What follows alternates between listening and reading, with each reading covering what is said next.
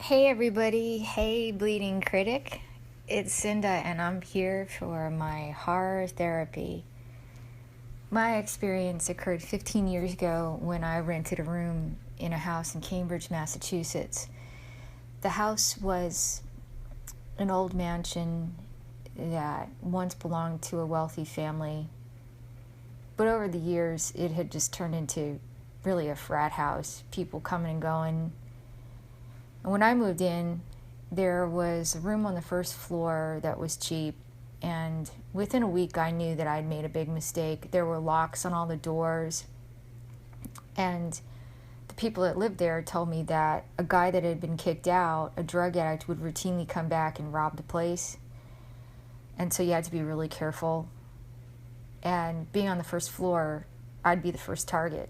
So I just knew that this was not a place I was going to stay for long. But the real issue with the house was the basement. The basement looked like the basement from the movie We Are Still Here. It had old stone walls and old wooden beams, and it was incredibly dark. And there was a presence in the basement that when you went down there, you felt it immediately. And it emanated abject terror and panic. It wasn't something you could see. It was sentient. You felt it. But the minute you went down there, you felt like you were running for your life. The terror just engulfed you. This presence wanted you to know fear, true fear. And we all had to go down there to do our laundry. Now, I had gotten to the point where I was so worn down waiting to see if the house was going to get robbed, feeling bad that I'd moved into such a bad place, and so tired of being terrified that by the end of the summer, I was just exhausted. So when I went down there, I just braced myself to be scared. And I started to have mental images. I didn't see this person.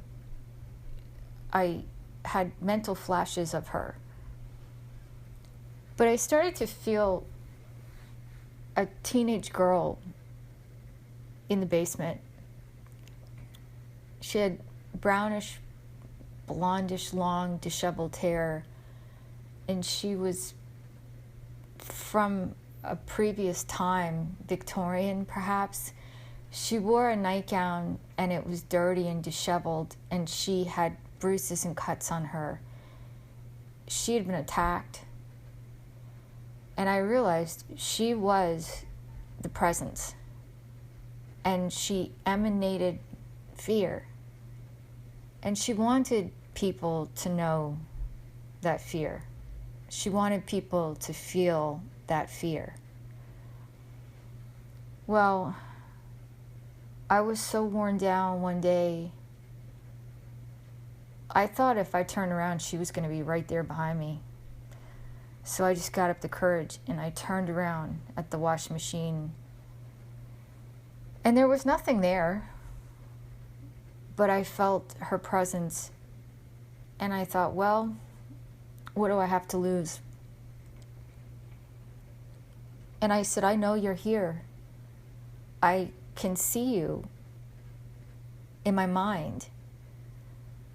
And someone did something horrible to you here. And you want someone to know. And I know. And I know what it's like to be stuck in this house. So I have an idea. How about I wait here and you try to find a way to cross over? I think if you see a light, you can go. Because you don't want to stay here, and I don't want to stay here either. If you go, then I'll go. And we'll both get out. We'll get out of here.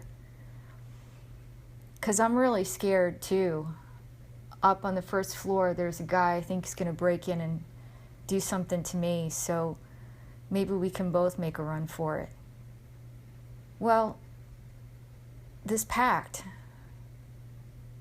I guess it worked, because I waited, and then I guess she was gone, because a week later I went down to do my laundry and I felt nothing. I felt nothing. It was like everything was fine. But I had promised her that if she left, I would try to leave too. And maybe just like a week after, the guy that rented the room to me, well, I got up in the morning, he's waiting for me at the kitchen table. And he's like, "We want you out of here. We don't want you living here anymore. You didn't say you were going to bring a dog here. We don't want the dog. We want you out." And basically tossed me. And I had to throw stuff in garbage bags and crash at a friend's house. I mean, they threw me out. It was almost unbelievable. About maybe a year later,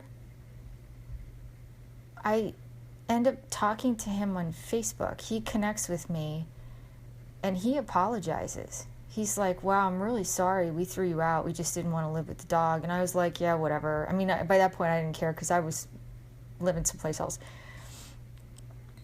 But he said, "It's probably good you left when you did." Because not long after I left, a guy that lived there died really mysteriously. And they don't know if he was murdered. They don't know what happened to him. But after that, all the people that lived in that house started to experience really bad things. And they all ended up having to move out. And I can't help but think that maybe when I made the promise to this girl, if you go, I'll go. Like, let's just try to bail on this place. Maybe somehow she was like, "Yeah, I'll help you too. We'll both get out." I can't explain it, but I know it happened. And that's my horror therapy. Thanks, everybody. Thanks for letting me share my story.